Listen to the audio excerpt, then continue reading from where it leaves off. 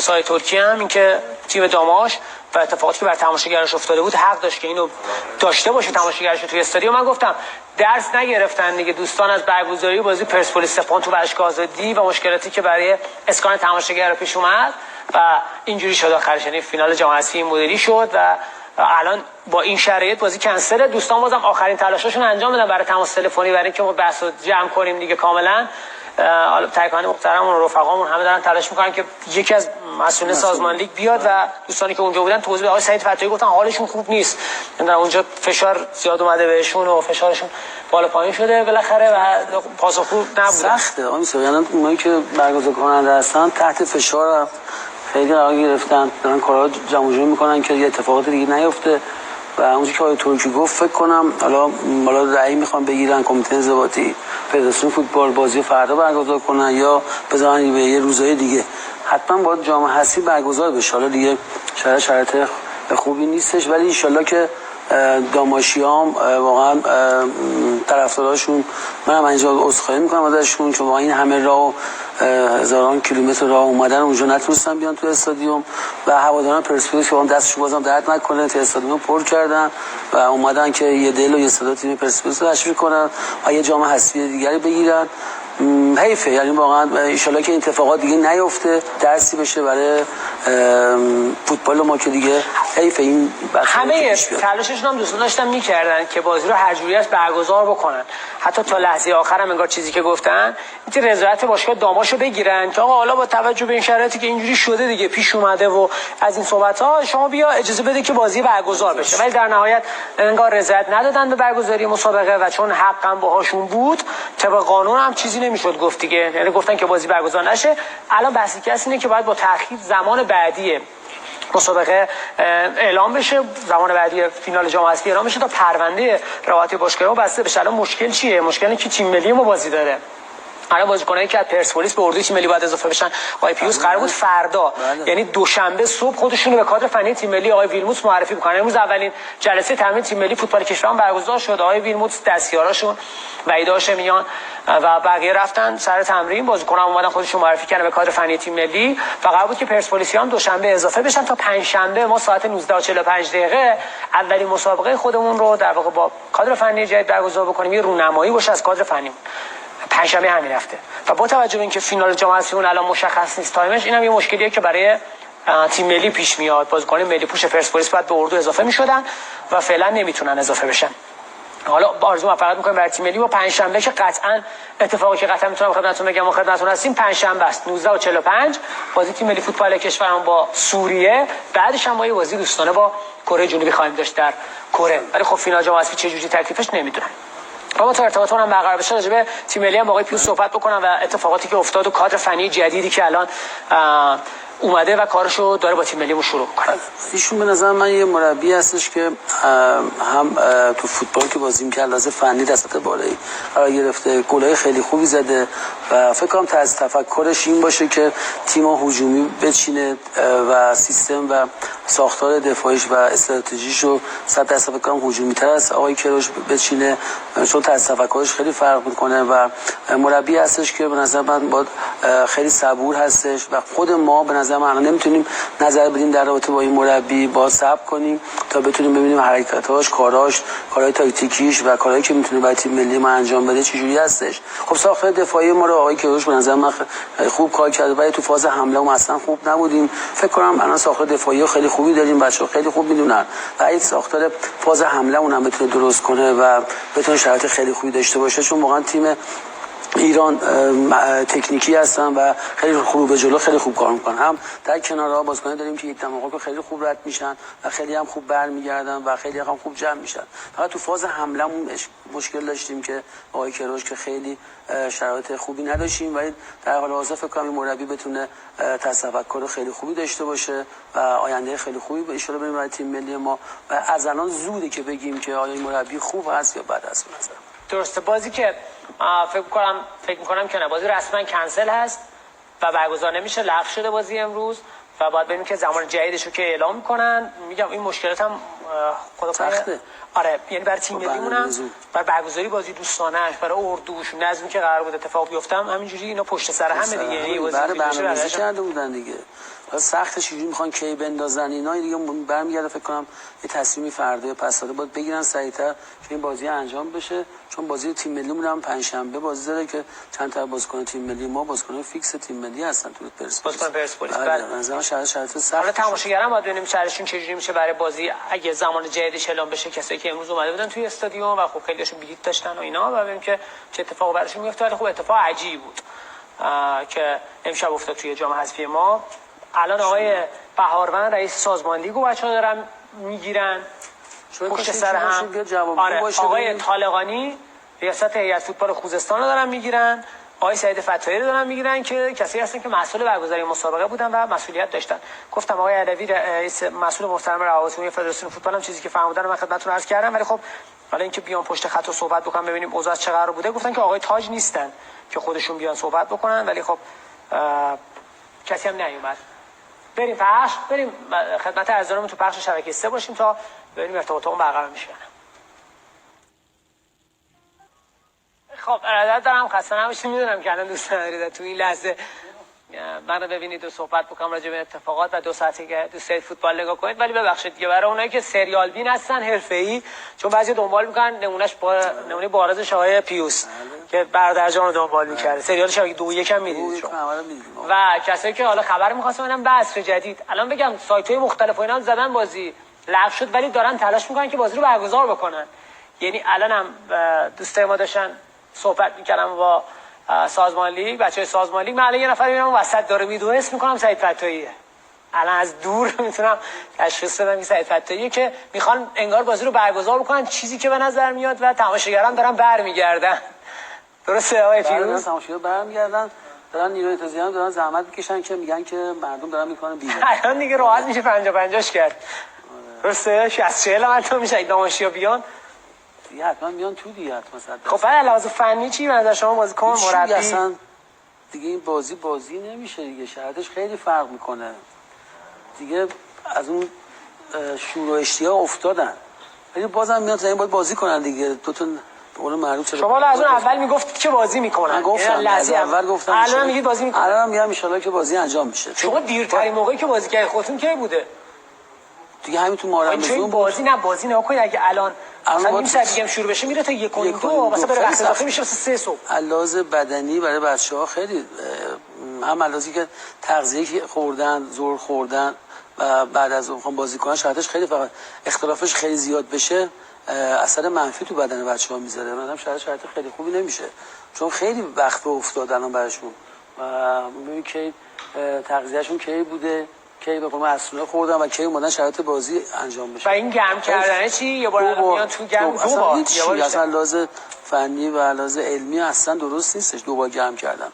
وقتی بدنتون میتونید خوب سرد کنی، میتونید یه جور خوب سرد کنی که 24 ساعت دیگه بازی کنی. این 90 دقیقه تحت فشار رو قرار بگیری، بدنتو خوب سرد کنی، به نظر من میتونید روز بعدم فوتبال بازی کنی. ولی این شرایط خیلی سختیه. نه بدنشون سرد کردن، بنده خدا همش واسه گرم کردن و واسه بدنشون به قول معروف از اون آب و تاب افتاد و شرایط خیلی خوبی نداره. من آقای پیوس، آقای خبیری از باشگاه پرسپولیس تماس گرفتن متحد کننده ما، بله گفتن که بازی برگزار میشه و در خدمتتون هستیم. حالا قشنگ در خدمتتون خواهیم بود با برگزاری بازی. تماشاگران هم قشنگ رفتن یه آره خوراکی خوردن و یه استراحتی کردن، 50-50 هم الان راحت رعایت میکنن، حتی 80-20 داماش هم میتونن دیگه، سکوها خالیه دیگه، هر جوری خواستن الان آقای فتاحی همکاراشون میتونن در واقع برگزار کنن بازی رو. راجع به نقل و انتقالات من یه صحبتی بکنم بچه‌ها، بیایم داخل بعد بریم آیتم نقل و انتقالات رو ببینیم. بچه‌ها الان آیتم آماده میکنن، فکر کنم ردیف 10 باشه، الان آماده میکنن آیتم نقل و انتقالات رو میبینیم تا اوضاع ببینیم از چه قراره.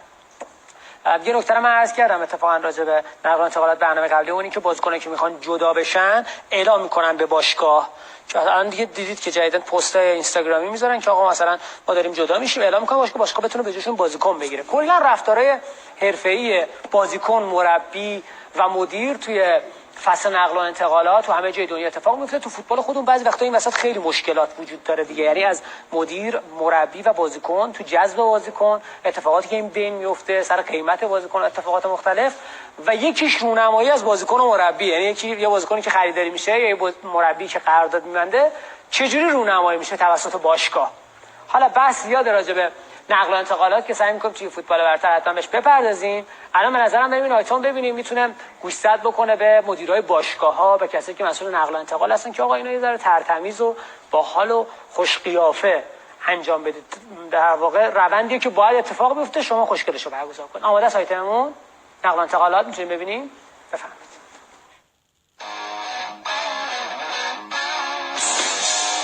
چه بخوایم چه نخوایم، چه خوشمون بیاد چه خوشمون نیاد، بازیکن‌های فوتبالی روزا نقش کالاهای لوکس دنیای تجارت رو ایفا میکنن. کالاهای لوکس تجاری که تو اون مبالغ 10 رقمی، مبالغ خیلی معمولی به حساب میان و مثل همه بازارهای دیگه لزوما ارزشی برابر با پولی که براشون خرج میشه ندارن. تا تو این بازار هم مثل همه بازارهای دیگه مهمترین اصل چطور ارائه دادن محصوله. مهم نیست بازیکنی که جابجا میشه نیمار باشه، خامس باشه، کریستیانو باشه یا حتی یه بازیکن معمولی. مهم اینه که این کالای لوکس باید مثل یه تیکه الماس ارائه بشه. فرقی نداره شما خریداری یا فروشنده. در هر صورت لازم دارید کالای لوکس مورد بحث رو تو پر قو ارائه کنید. اگه خریدارید، حتی اگه یه بازیکن معمولی خریده باشید، باید برای فخر فروشی بیشتر و راضی کردن هواداراتون اون بازیکن رو مثل اسطوره‌ها معرفی کنید. این باید وقتی بازیکن مهمی خریدید خیلی پررنگ‌تر هم میشه. اگه شما ناصر خلایفی هستید و نیمار رو با یه چک 222 میلیون یورویی از بارسلونا قاب زدید، حتما برای معرفیش به هوادارا باید سنگ تموم بزنید. حتی اگه بایر مونیخید و موفق شدید لواندوفسکی رو راضی به امضای قرارداد تازه کنید و البته سایه رئال رو از سر بهترین بازیکنتون دور کنید، نیاز دارید این موفقیت رو به خوش آب و رنگ‌ترین شکل ممکن به هواداری خودتون و البته بقیه دنیا نشون بدید. تو دنیای امروز حتی تیم‌های معمولی هم این فرصت رو دارن که بازیکن‌های جدیدشون رو تو سطح افسانه‌ها معرفی کنن. مدیرای این باشگاه خوب میدونن که هر چقدر مراسم معارفه یه بازیکن با شکوه‌تر و خروجی‌های رسانه‌ایش پرزرق و برق‌تر باشه، کلاس کاری باشگاه یه رده بالاتر میره. باشگاهی مثل ویارئال با خلاقیت‌های تاریخیش مراسم معارفه بازیکنایی حتی تو سطح سانتی کازورلا رو به یه موضوع رسانه‌ای درجه 1 تبدیل میکنه. اونا خوب میدونن که شاید نتونن داخل زمین با پول باشگاهی مثل رئال و بارسا رقابت کنن، اما میتونن تو رسانه‌ها اونقدر خودشون رو تو چشم نگه دارن که یه تکون اساسی بخورن. همه این اصول اما بعضی وقتا از یاد ما میره. اینجا تو فوتبال ایران مثل اکثر اصول بدیهی حرفه‌ای فوتبال توجهی به اهمیت مسائل رسانه‌ای نقل و انتقالات نمیشه. هر تابستون بیریخترین عکس‌ها، بی‌هیجان‌ترین مراسم‌های معارفه و بدترین نحوه برخورد با بازیکن‌های جدید فقط چیزایی هستن که جلوی چشم هوادارا رژه میرن. کمتر باشگاهی به خودش زحمت میده برای معارفه بازیکن جدیدش، حتی اگه ستاره باشن 1 میلیونیوم مبلغ قراردادشون رو هزینه کنن. در آستانه سال 1400 هنوز باشگاه فوتبال لیگ برتری ایران مراسم بازیکن‌های جدیدشون رو تو خونه سرپرست با لباس تیم‌های خارجی و به زشت‌ترین شکل ممکن برگزار می‌کنن. در آستانه تابستون جدید فوتبال ایران و چند روز مونده به شروع نقل و انتقالات، هوادار فوتبال آرزو می‌کنن بازیکن‌های جدید تیمشون نه کنار فلان مدیر و سرپرست، بلکه کنار ویترین افتخارات باشگاه یا حداقل توی زمین چمن و استادیوم باشگاه و با تشریفات درست درمون و شیک معرفی بشن. خیلی امیدواریم و از ته قلب آرزو می‌کنیم که وقتی قرار شد لیگ بعدیمون استارت بخوره، برای اولین بار باشگاه ما هم تصاویری از معارفه بازیکناشون رو ارائه کرده باشن که لااقل یکم شبیه نمونه‌های شیکی باشه که خیلی‌هاشو تو همین آیتم دیدیم.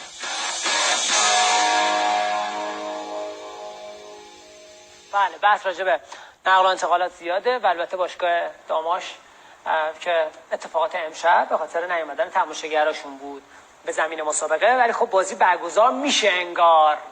آخرین خبر میگه که بازی قراره برگزار بشه. الان با مسئولین دو تا باشگاه بچه‌ها دارن تماس میگیرن و یه جوری میتونن پیامک بدن بهشون و اینها. میگن که بازی برگزار خواهد شد امروز. حالا ببینیم چه اتفاقاتی میفته. اونایی که فردا صبح امتحان دارن چی آیه فیوز و اونایی که خوراکیشون تموم شده به کنار، ما چند دقیقه وقت داریم چون باید فکر کنم یه بار دیگه بیان گرم کنن دیگه، درسته؟ حتما باید میشه 3 بار گرم کردن. امکان داره همینجوری بیان دیگه بازی کنن دیگه، جفت تیم‌ها قبول کنن دیگه. آره دیگه تا اینجا که ما اومدیم بذار بریم دیگه بازی کنیم تموم شه.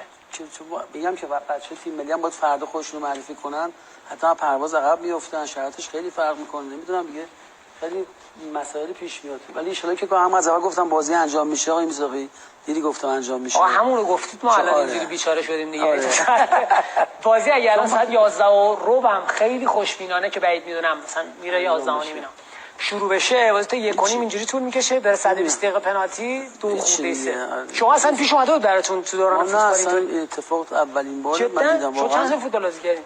من دیگه حدوداً 30 سال 27 سال 30 سال بازی کردم. من بازی کردم رده مختلف دیگه. اصلا پیش نیومده بود مثلا اینجوری نیده بودم من. بازم من نمیدونم تصمیم چجوری میخواد بگیره داوران، کمیته داوران، کمیته انضباطی فدراسیون فوتبال چه تصمیم میخوام بگیرن.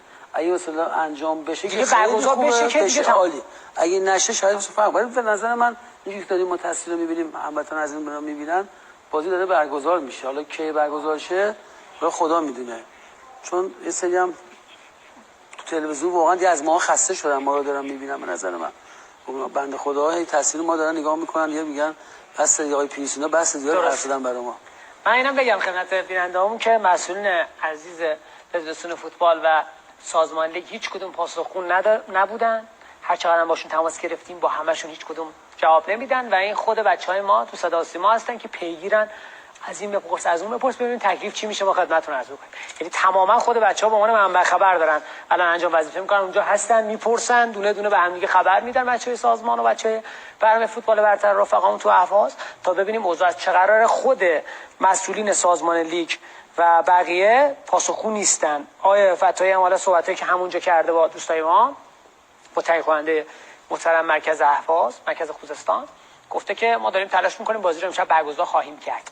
حالا آخرین تصمیم بوده که گرفتن و بازی رو خواهیم دید که عجیب ترین فینالای تاریخ جام حذفی رو با هم دیگه خواهیم دید. بین این همه اتفاقی که معمولا تو جام حذفی میفته، آقای پیوز شگفتی ها و نمیدونم فنی و یه تیم لیگ 2 لیگ 1 میان تیمای بالاتر رو میبرن، اینجوری شگفتی تا حالا نداشتیم که حالا اینم کامل خیلی سخت شد. بازم دارن برگزار کنن، بکنم من اومدن تیم‌ها دارن بازیکن‌ها دارن میان تو زمین، فکر کنم دارن میان برای گرم کردن بازم. ولی به نظر من خودم راجع به فینال جام جهانی نمیشد 2 ساعت و 6 دقیقه صحبت کردیم. سخته بیشتر فعلا داریم میگیم همینجوری. ما دیگه از خاطراتتون باید بگید کم کم. با توجه اینکه دانشجوها الان اومدن تو زمین گرم کنن، من عذرخواهی میکنم از بیننده‌های هم عصر جدید هم سریال. عصر جدید الان یه دوستی من پیامک داد آقا نمیدونم خواهرزاده من امروز عصر جدید بود، شما چرا؟ من حالا تقصیر ندارم، آقای فیروز هم تقصیر نداره، خواهرزاده شما یا هر اقوام دوستان که تو عصر جدید شرکت میکنن پخش میشه بعد برنامه یا تایم بعدیش، زمان بعدیش اعلام میشه. من دیدم که تیزرش این چند روز میرفتن، قطعا پخش میشه و همه کارش انجام شد و تقدیمتون خواهد شد. ولی خب امروز دیگه اینجوری شد دیگه، کارش نمیشه. پرسپولیس حالا نیومدن، دامشیا اومدن تو زمین. الان دامشیا اومدن. خب خدا رو شکر الان یه طرف قضیه حله، یعنی 50% این سم یعنی آبیا حله، مثل داستانی که میرن خواستگاری میگه 50% ما حله، حالا اونو نمیدونیم. الان اینور حله 50% اونور. حالا داورا باید بیان تو زمین ان شاءالله که بیان. داورا که آمار درصد داورا راستی لحاظ نکردم، اون خودش یه درصدی، یعنی آقای بنیادی فر، آقای سیدعلی، آقای داوری، اینا بقیه داورا میان ولی بازی برگزار میشه. شاید یه بازی خوبی بشه. الان مردم عزیزمون هواداران نشستن، گیلانیای خوبمون. حرکت عجیبی بود که تماشاگرها رفتن دوباره اومدن بشه. به نظر من این خستگی رو تنشون از بین میره ان شاء الله. واقعا الان ما ببینید کن 2 ساعت خورده نشستیم خسته شدیم. اون مردمایی که در 12 ساعت اومدن تو استادیوم 100% خسته شدن، اونها که تو تلویزیون دارن ما رو نگاه میکنن، اونها بنده خدا خسته شدن. خودم واقعا ازشون عذرخواهی میکنم. از پیدایش توپ صحبت کردیم تا همین لحظه، یعنی همین اتفاقات فوتبالی بررسی کردیم. پرسپولیسیا دارن میان فکر میکنم. آره تیمشون داره میاد انگار. یه قرمز دیدم داره میاد. الان تهیه کننده ما هم به تمام مسئولین 2 تا باشگاه داره زنگ میزنه، دارن هماهنگ میکنن که صحبت بکنن بیان پشت خط. گفتم ما نمیایم ببینیم، یعنی نیومدن ببینن تکلیف چی میشه. اون بیراوند و اولین نفر اومد و من بچه‌ها دیگه هم برخورد ان شاءالله که خدا رو شکر همه اومدن. آقا پسرتون اس داده من که آقا من مسافرم، بگید بازی رو برگزار کنن. بازی آره میگه زودتر برگزار کنم و بریم بخواب داره شما رو میبینه.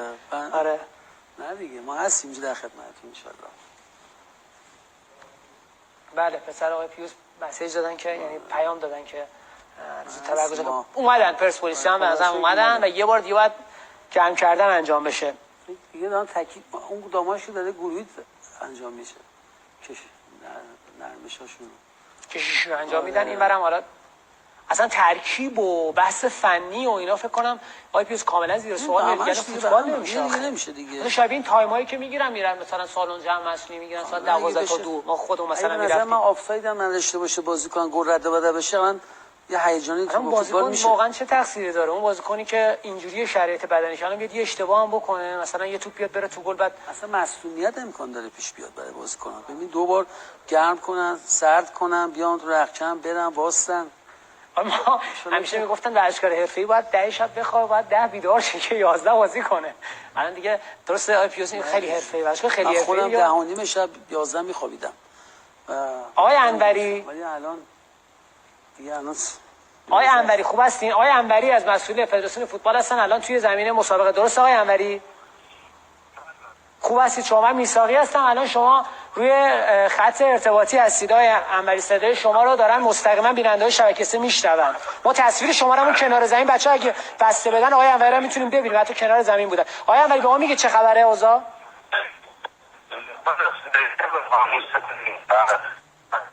صداشون هم قطع و وصل میشه.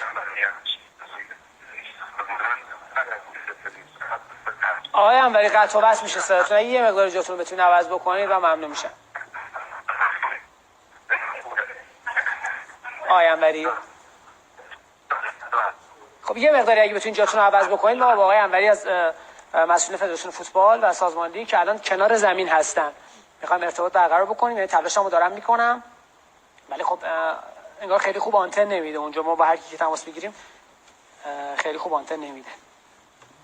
ناظر فدراسیون هستن ایشون. خب خیلی خوبه. یعنی مرتبط ترین کسی که میتونیم باشون تماس بگیریم هم ایشون هستن. آقای انوری که ناظر فدراسیون الان کنار زمینم بودن و من تلاشمو دارم میکنم. بچه‌ها هم میگیرن ایشون رو. اگه شد باشون صحبت بکنیم خیلی خوبه.